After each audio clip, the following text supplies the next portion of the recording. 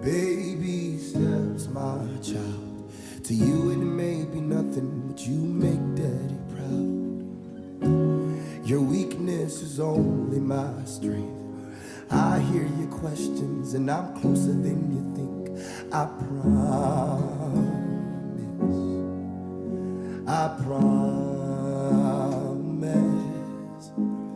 And oh, I won't let go. I won't let go.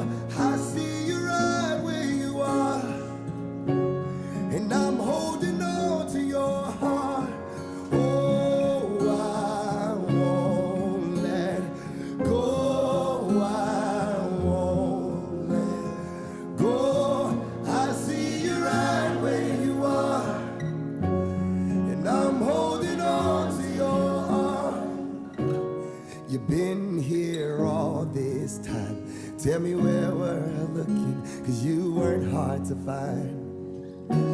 Mercy opened up my eyes. Now I'm losing my religion to be loved like a child. I promise. I promise. And oh, I won't let go. I won't let go. I see you right where you are, and I'm holding on to your heart. And oh, I won't let go. I won't let go. I see you right where you are, and I'm holding on to your heart. I'm done pretending. I want the real thing. I'm done pretending. I want the real thing. We sing with confidence. I'm done pretending. I want the real thing. Right here, right now, God. I'm done pretending. I want the real thing. Whatever it looks like, whatever it sounds like, I'm done pretending. I want the real thing. We are desperate. We are desperate. I'm done pretending. I want the real thing. Out of desperation, yeah. I'm done pretending. I want the real thing. We are hungry for the real thing. I'm done pretending. I want the real thing. I won't let go. And go. I won't let go. I won't let go. I see you right where you are. Yes, I do. And I'm holding on to your heart. And go. I won't let go. I won't let go. I see you right where you are, and I'm holding on to your heart.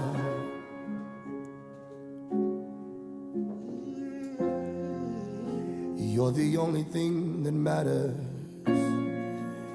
You're the only thing that matters, God. You're the only thing that matters. We sing it out. You're the only thing that matters. Your presence, God. You're the only thing that matters. Your glory, God. You're the only thing that matters. Your presence, God. You're the only thing that matters. We can look to other things, but you're the only thing that matters. We can look to other things, but you're the only thing that matters. We searched and we found no one. You're the only thing that matters. You're the only thing that matters. You're the only thing that matters. Oh, we are desperate, God. You're the only thing that matters. We long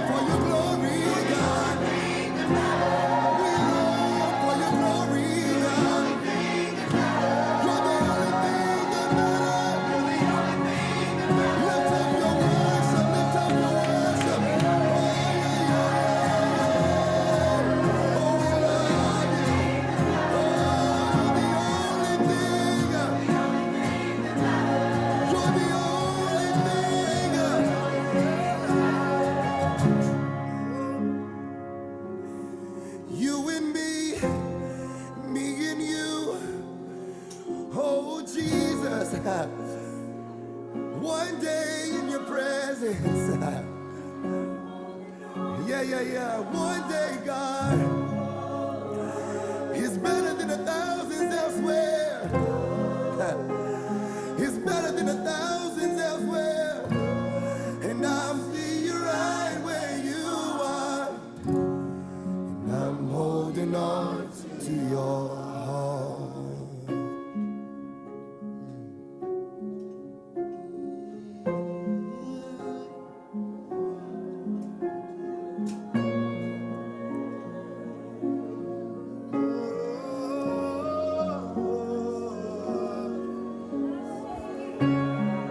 You satisfy me. You satisfy me. You satisfy me. Oh yeah. You satisfy me. Come on, sing it. You satisfy me. You satisfy. You satisfy, yeah. You satisfy.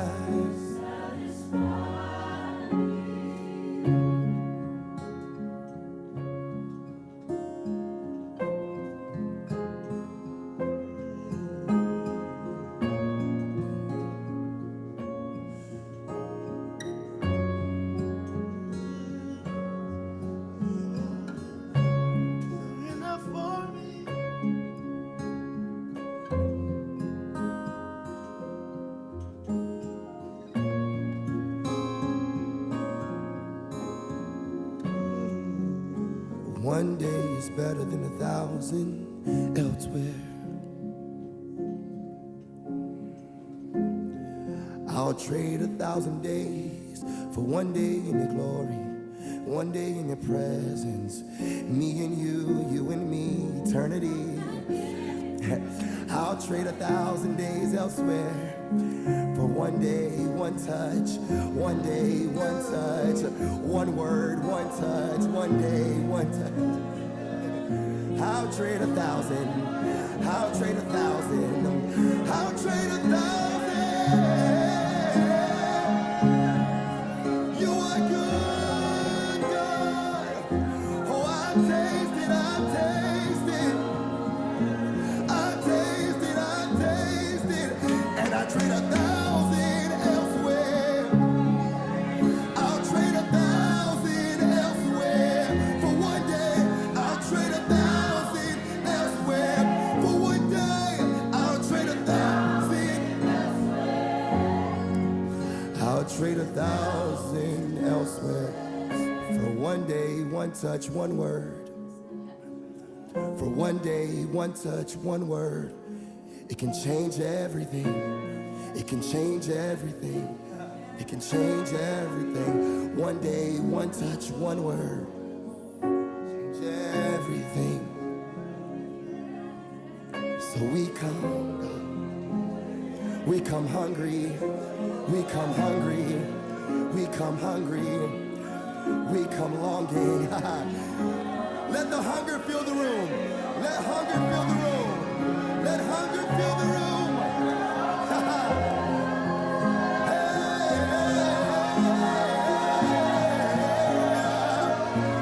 Let hunger fill the room.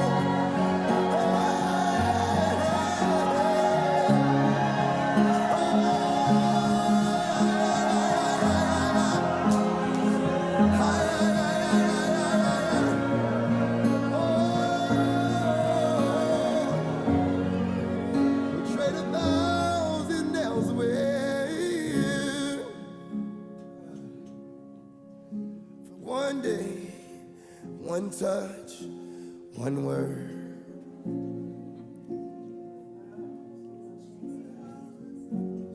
Sing, oh, I won't let go. And oh, I won't let go. I won't. I see you right where you are, and I'm holding on to your heart.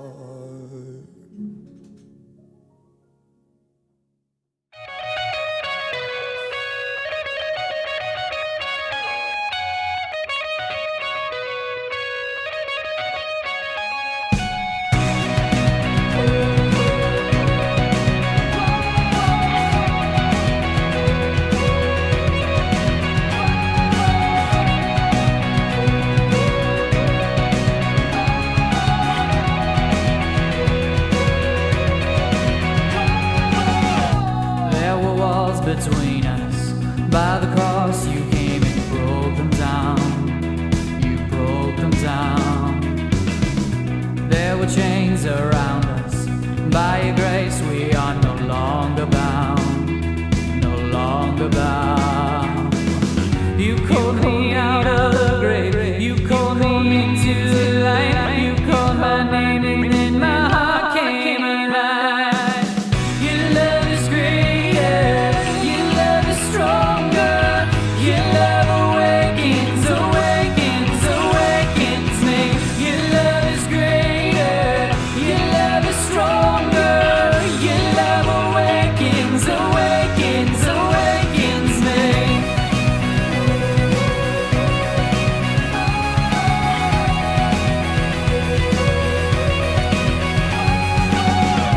Feel darkness shaking. All the dead are coming back to life. I'm back to life. Hear the song awaken. All creation singing we're alive. 'Cause you're alive. You called me out of the grave. You called me into the light. You called my name and then my heart came alive. Your love is greater. Your love is stronger. Your love awakens, awakens, awakens me. Your love is greater. Your love is stronger. Your love awakens, awakens, awakens me. And what a love we found. Death can't hold us down. We shouted out, we're alive 'cause you're alive. And what a love we found. Death can't hold us down. We shouted out, we're alive 'cause you're alive. And what a love we found. Death can't hold us down. We shouted out, we're alive 'cause you're alive.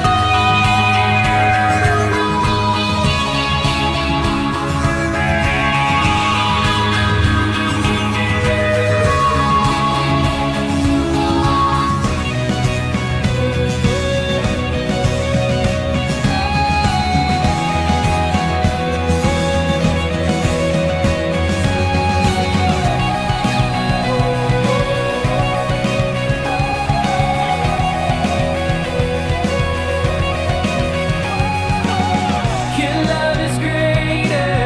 Your love is stronger. Your love awakens, awakens, awakens me. Your love is greater. Your love is stronger. Your love awakens, awakens, awakens me. Your love awakens me.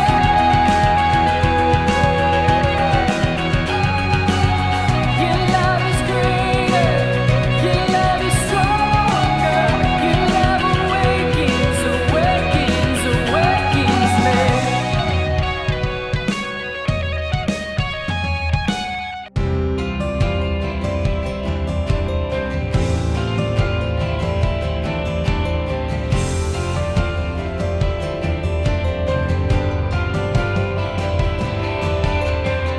My hope is built on nothing less than Jesus' blood and righteousness. I dare not trust the sweetest frame, but wholly trust in Jesus' name. Christ alone, cornerstone, the weak made strong in the Savior's love through the storm. He is Lord, Lord of all.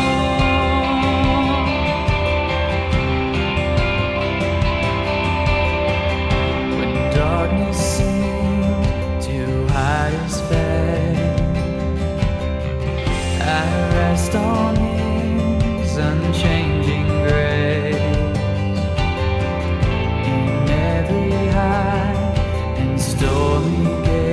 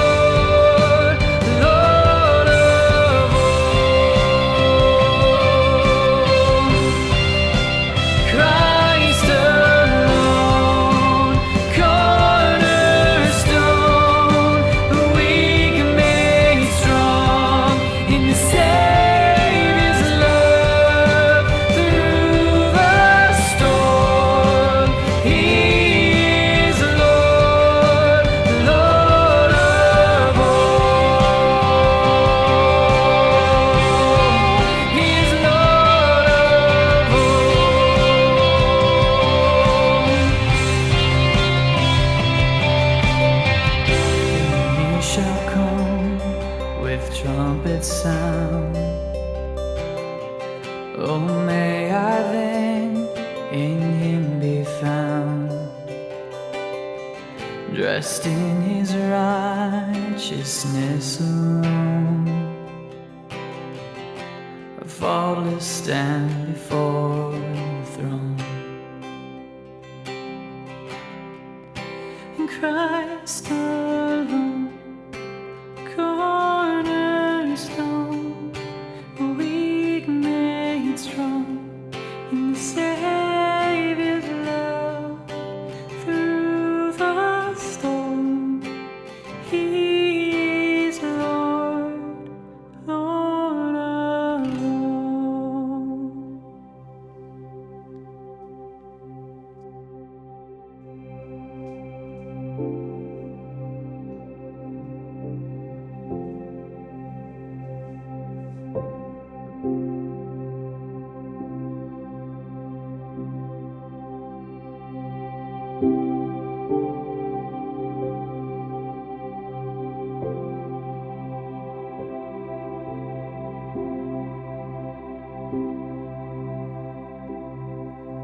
I'm caught up in your presence.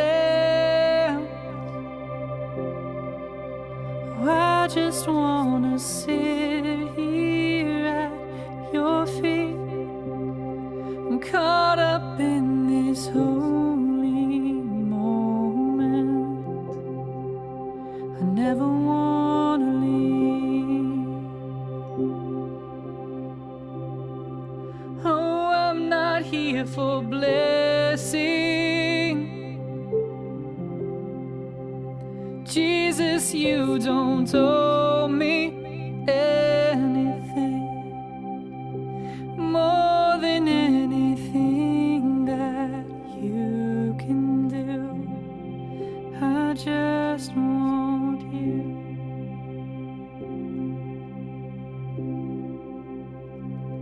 And I'm sorry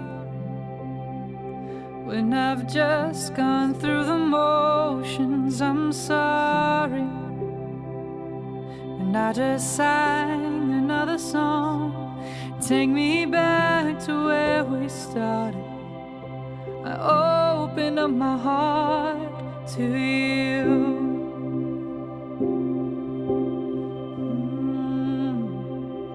And I'm sorry when I've come with my agenda. I'm sorry when I forgot that you're enough.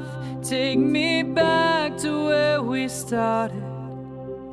Open up my heart to you.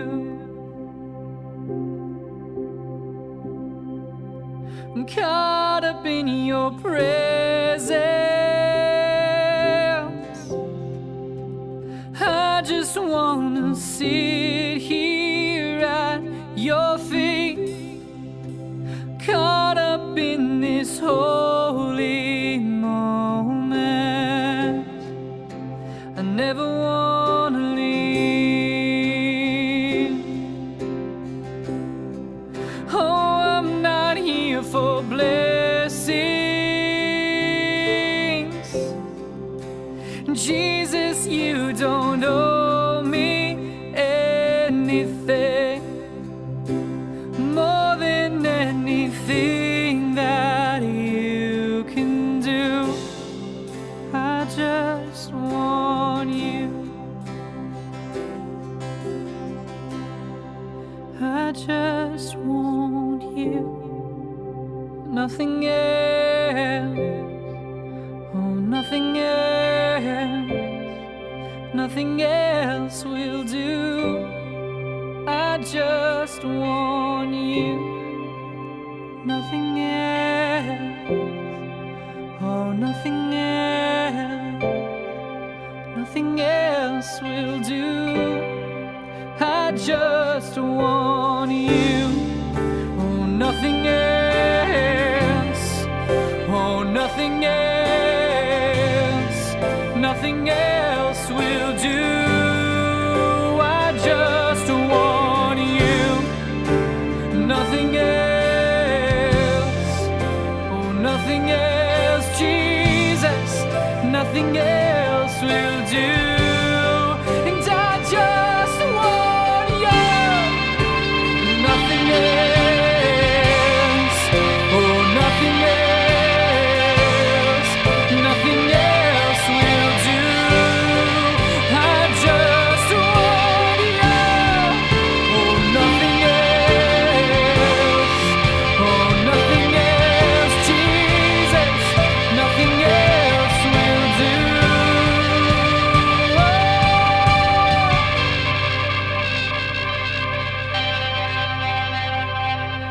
Caught up in your presence,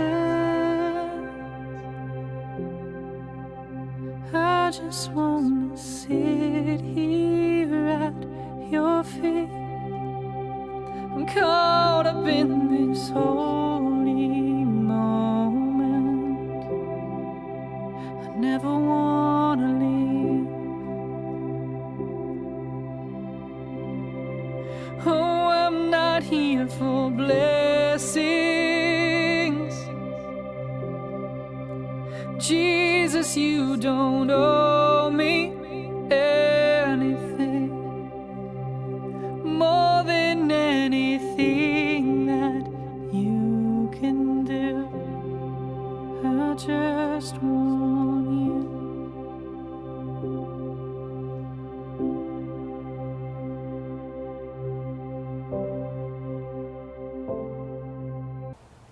Well, good morning, guys. Hope that you are doing well. Want to hop right in. Go ahead and show the first picture this morning. I'm sure that we have all seen this picture living here in Alabama, that famous billboard, "The devil will get you." Now, you probably have feelings about that billboard one way or the other, and I want you to hang on to those feelings because we're going to get somewhere with that here in just a moment. The Apostle Paul tells us in 2 Corinthians chapter 5, verse 30, that we are ambassadors for Christ, that God is making his appeal through us. We are Christ ambassadors. God is making his appeal through us. Webster defines ambassador as an authorized representative or messenger, a diplomatic agent of the highest rank. And so, as followers of Jesus, we are his representatives here on earth. We are diplomats of the highest rank, and according to the Apostle Paul, God is making his appeal to others through us. I don't know about you, but that seems like quite a weighty responsibility to me. And it's something that I believe that we should take quite seriously. So how can we ensure that we are being the best possible ambassadors or representatives of Christ? And how can we make sure that God is effectively using us to make his appeal to others? That is becoming increasingly difficult because the world around us is changing. We are in an ever-changing world, and because of that, I believe that we are seeing changes in the way that we practice our faith and the way that we share our faith. And that's our topic this morning, proselytizing. Proselytizing means to convert or to attempt to convert someone from one religion, belief, or opinion to another. A word you may be more familiar with, a church word, is witnessing. Anyone ever been witnessed to? The reason that I use the term proselytize, however, is because when I say that, maybe much like that billboard, there was some emotion that came with that. Maybe you're confused, you're angry, you kind of chuckled, you roll your eyes a little bit. And I'm afraid that we're at a place, and in the church as a whole, where all of those emotions, they really come into play when we talk about, well, how do we share our faith? It seems to be a place where there's just not a whole lot of middle ground on that, where we can decide effectively, oh, well, this way works, or this is the best way forward. Because there are so many ideas about this. And my worry is that we spend so much time talking about the best way or the most effective way to share our faith that we really don't ever get around to actually doing it. One thing that I have noticed is that within the church circle, and not only Essential, but just the church as a whole, is we can't really practice that because we're so focused about tomorrow, what tomorrow will bring. Well, what are we going to do with this fad? Or what are we going to do with this hot topic in the news? Or what are we going to do even when maybe sharing our faith is illegal in this country? What do all these things look like for tomorrow? And while there is nothing wrong at all with thinking about tomorrow and planning about tomorrow, where that becomes problematic is when it distracts us from what is happening today. Jesus tells us in the Gospels, don't worry about tomorrow, for tomorrow will bring its own worries. Today's trouble is enough for today. And even here at Essential, our vision is to create a church for anyone who thought church wasn't for them. And we're preparing people to live for Jesus in today's world. And so it's good to have those conversations. There's a time and place for those about what is most effective for reaching the ever-changing world and what's going to happen tomorrow and how does that play in to our faith. But we cannot let that distract us from today. Because there are needs all around us. The people that we will come in contact with today, they need the love of Jesus. So what does that mean for sharing our faith with others? It simply means that we need to ask a better question rather than all the questions about the what ifs of tomorrow. And that question is, how can I effectively share my faith with others today? Now, I know there are a variety of thoughts on the topic. Some of us, we have our preferred method of sharing our faith, but I believe, and I have experienced that perhaps the most effective answer to that question of how can I share my faith with others today, it is through relationships. It's through relationships. And then when I say that, some of you, you're thinking, all right, it's go time. He's giving me permission. I get to go meet new friends and have coffee dates. And I get to know people and have conversations. And I'm so excited about this. Others of us, when we hear this, we're thinking, oh boy, here we go. More people. You think, I'm not leaving my house. I already have enough people that I don't like. That's just not going to cut it for me. Well, wherever you fall on that spectrum, and I can be at either end on any given day, I could go around and ask each of you, just for those who follow Jesus, I want you to tell me a little bit about your story. Tell me how you came to follow Jesus. And for most of us, what that would look like as you begin to tell your story, it's going to involve a person, maybe more, but at least a person who took the time and the energy to invest in a relationship in you. It's a person who really brought you alongside and said, look, this is what it looks like to follow Jesus. This is how you do this. And they spent time and energy into that relationship. And here's the thing, at its very core, our faith is a relational one. We see throughout the New Testament, through the Gospels and into Acts, when the church was really forming under Jesus as the head, that there were people who were gathering together. They were sharing meals together. They were carrying one another's sorrows, and they were sharing in joy.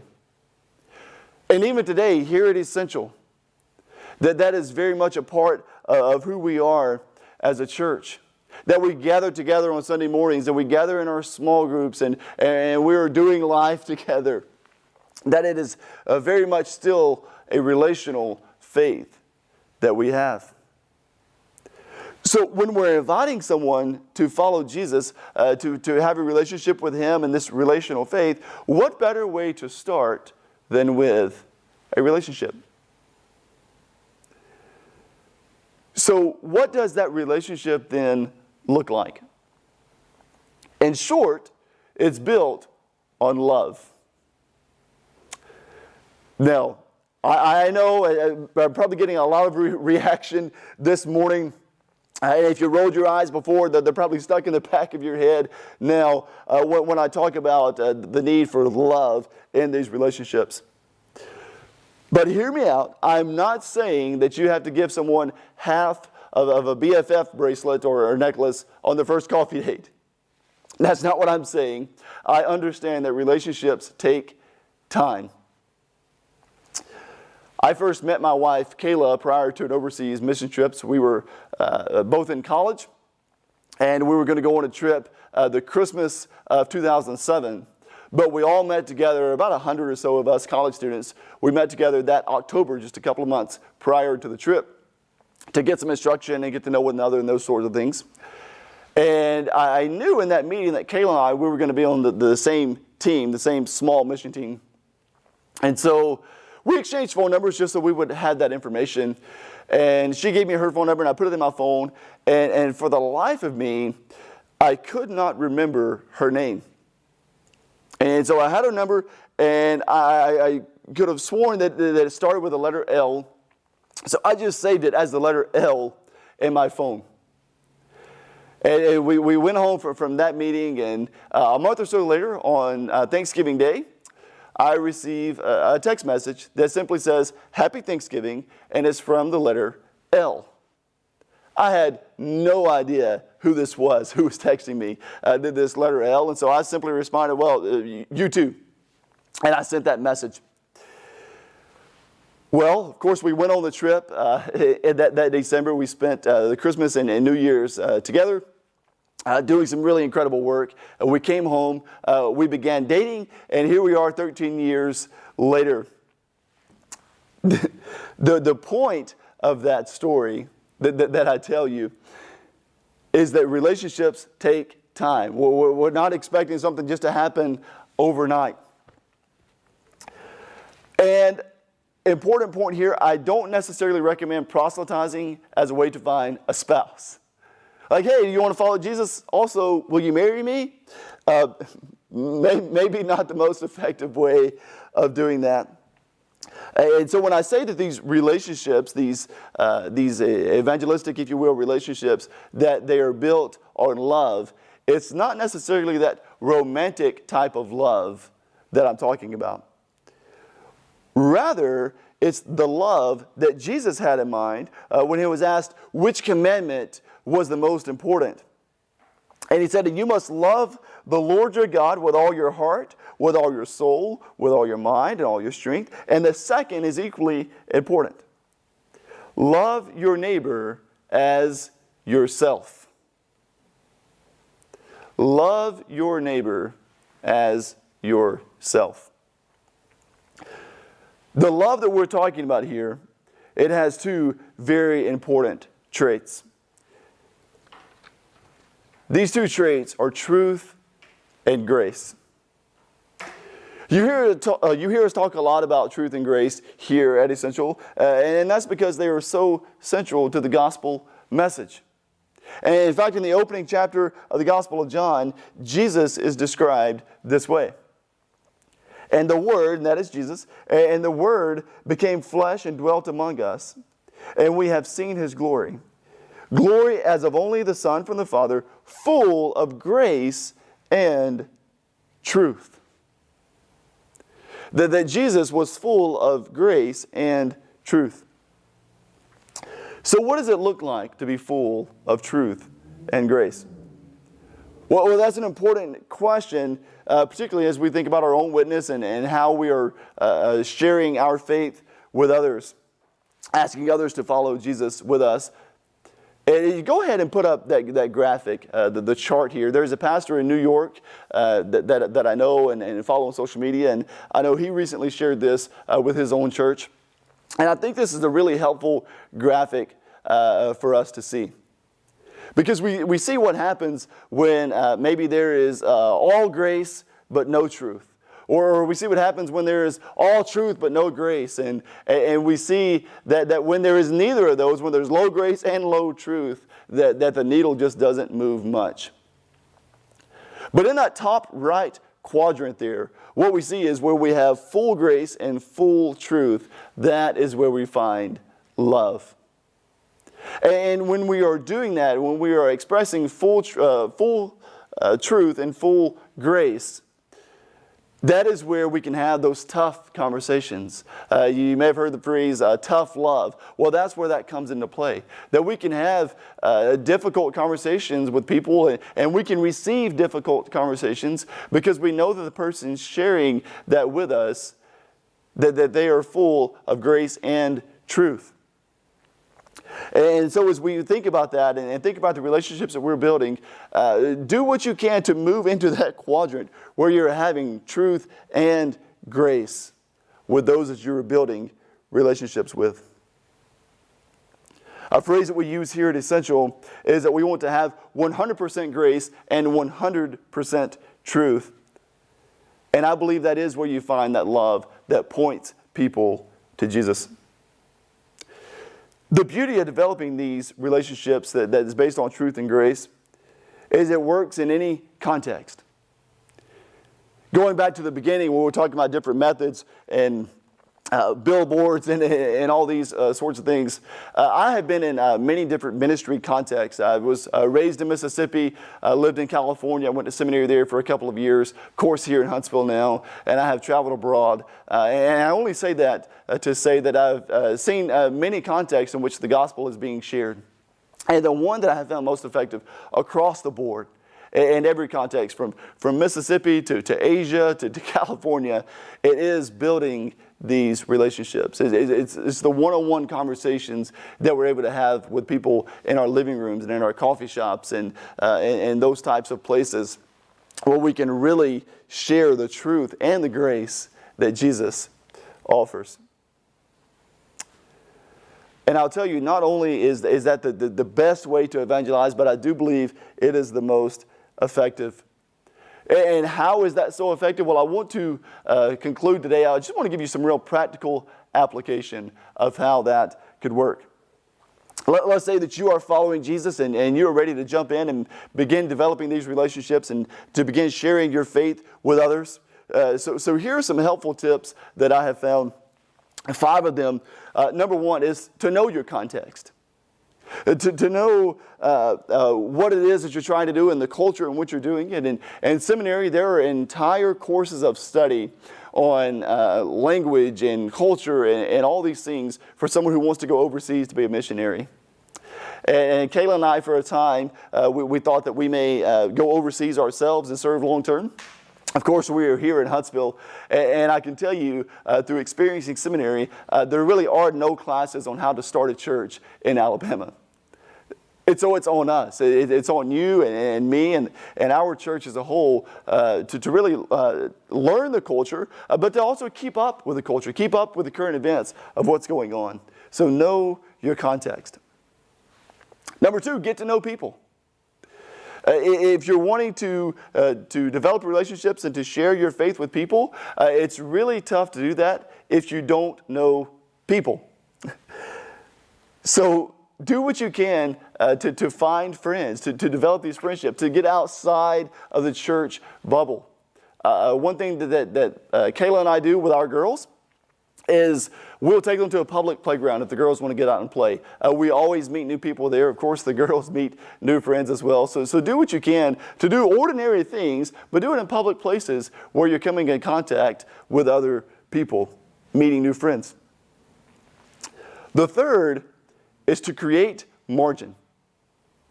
Now this one is important, and because I know that we're all so busy and we're all headed to work and we're headed home and we've got meetings back to back to back. But I would encourage you to look at your daily calendar and to create some margin in that schedule. To schedule an extra 15 minutes to have a conversation with someone at work or at the grocery store or wherever it may be. And every time that I've done that and I've just taken a breath and spent an extra 15 minutes talking to someone, there's always something really special about those conversations. And so do what you can to create margin in your schedule to allow those conversations to happen. And I think you'll be surprised at what comes from that. Number 4 is to have a missional mindset. Now, one of the things here at Essential, particularly as a pastor, but even you guys who serve and you are the face of Essential, is you will notice that everywhere you go, you run into somebody that you know. This is especially true, and I know this is true for me, when I leave the house or I leave work just kind of frustrated or I've had a rough day or whatever. If I go into public, I will always run into someone that I know.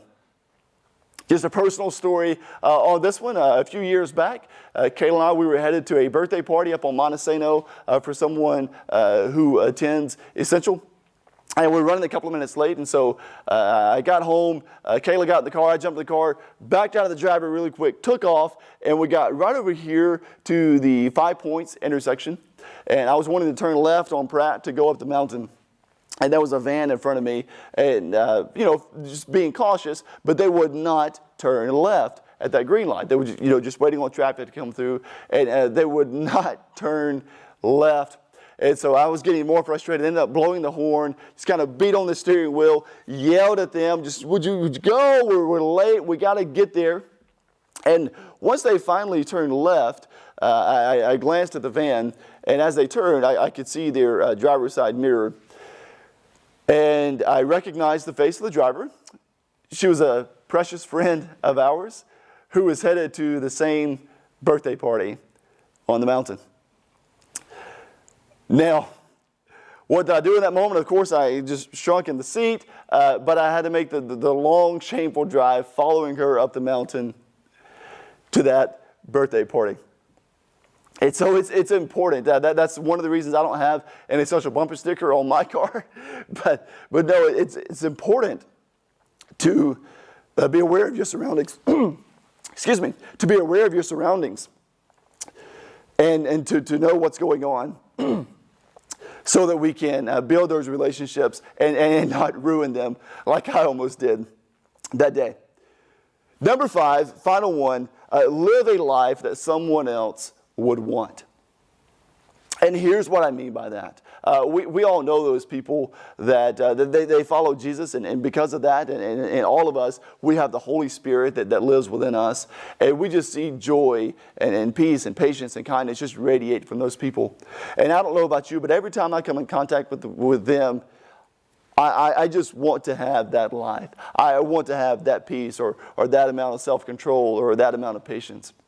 And so for us, that is what attracts others to God. That is how God appeals to others through us, is through the Holy Spirit and those fruits of the Spirit. And so I encourage you, take time in the morning to really spend time reading and meditating and praying and doing what you can to make sure that those fruits of the Spirit are appearing in your life. Because that is what attracts others, not only to us, but to God and how He appeals to us. Live a life that someone else would want. Friends, what we're doing here is important. Creating this church and sharing our faith with others.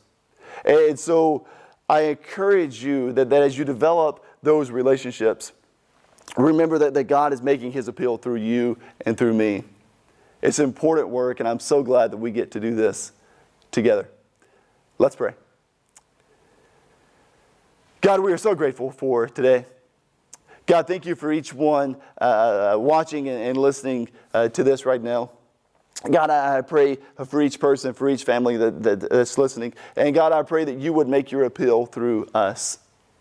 God, I pray right now that you would touch lives right now. God, that we would be encouraged by others, by other Jesus followers, and we would build those relationships, and we would share our faith in that manner. God, that we would live a life that others would want to live. That all the things that you have given us, these gifts and these fruits of the Spirit, that they will be on display in our lives so that you can make your appeal through us to others. God, we're grateful for that opportunity that we have a role to play in what you are doing here on earth. And God, I pray that we would steward that well. And it's your name that I pray. Amen. Guys, thank you so much for joining us today. So glad to have you here. If you have any questions about anything that was shared today, please let us know. You can comment in the comment section on the video here, or you can email info at essentialhsv.com.